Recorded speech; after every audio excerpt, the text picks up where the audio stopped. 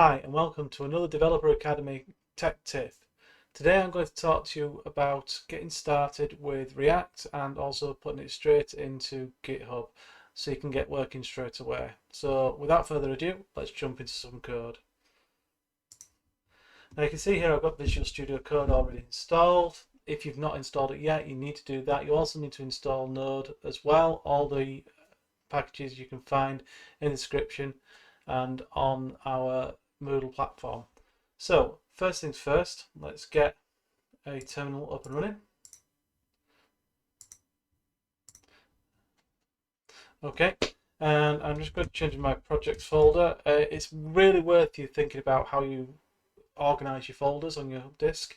In particular, I have a projects folder where I keep everything that I work on that's in GitHub, just so I know that it's always backed up. So I've got my projects folder here. Now I'm going to create a new React app. So I'm going to use npx for this, create React app, and I'm going to give it a name. So I'm going to call this my new project. Now, React create app doesn't actually accept uppercase, so it's going to be all in lowercase, so that's why I'm using the dashes. It's a slightly different naming convention to what we'd normally use. So what's going to happen now, if you haven't got the create React app installed, it'll go away and install it. I've already got it installed, so it'll just start ticking away, getting all the packages, install it. This will actually help you a lot because it will install all the standard stuff that you need to get started with React, as well as a sample app as well. It's very, very basic. It's got one kind of component in there, and it's got a spinning logo, which is done with CSS. So once that's all done, you'll be able to jump straight into it. Now, it's a good way of getting straight into actually seeing the code. I'll show you how that looks in Visual Studio Code once it's finished as well.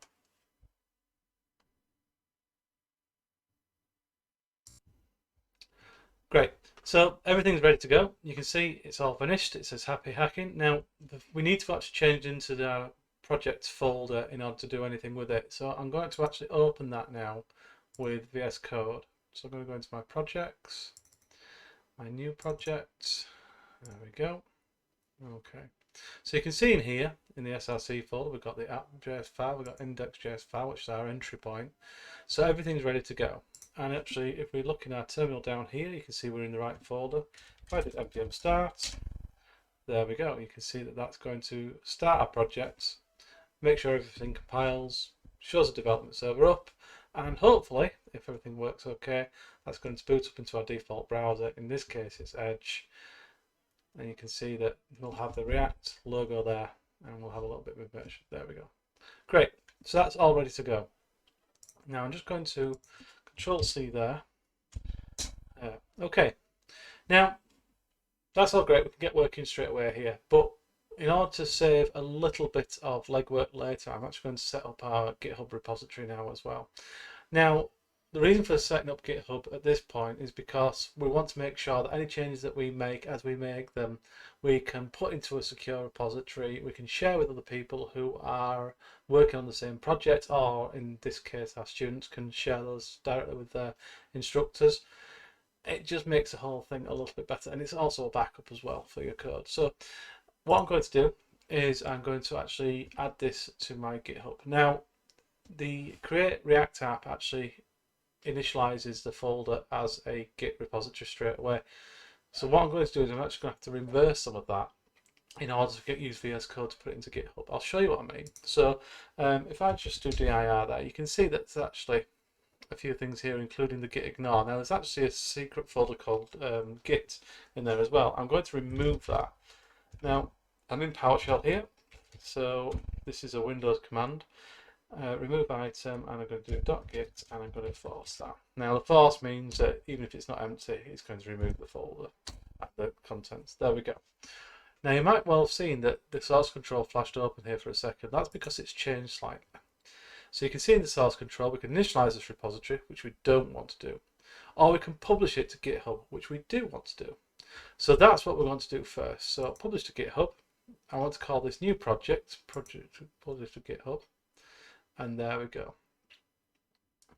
So that will publish it with the first commit. There we go. It's done that successfully. If you have a problem with its publishing, then it's usually because either you have not got the Git tools installed, or you have not set your username or name properly. So what you will need to do in your terminal again, if I just use the git command, config, I'm going to do this globally because it's always me using it, user.name, and then you'll put your username into the double quotes. You can also do user.email and do that as well. That will make sure that Git picks up the right configuration for you. And that's it. So we can now see that every time that we change something, so say if I wanted to go in here and let's just change target new. There we go. I'm just going to save that. And you can see in our source control we have one change. We can enter a message for that. So this is change page. I'm going to commit that directly to the master. There we go. That's all done. So you can see how that works. We'll do another Git video in later. Thanks very much for watching.